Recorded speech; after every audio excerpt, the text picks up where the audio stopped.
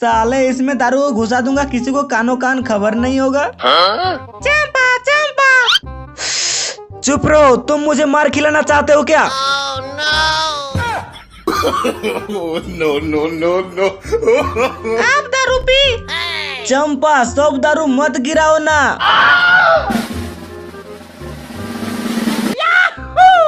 मेरा दिमाग के सामने चंपा क्या चीज है?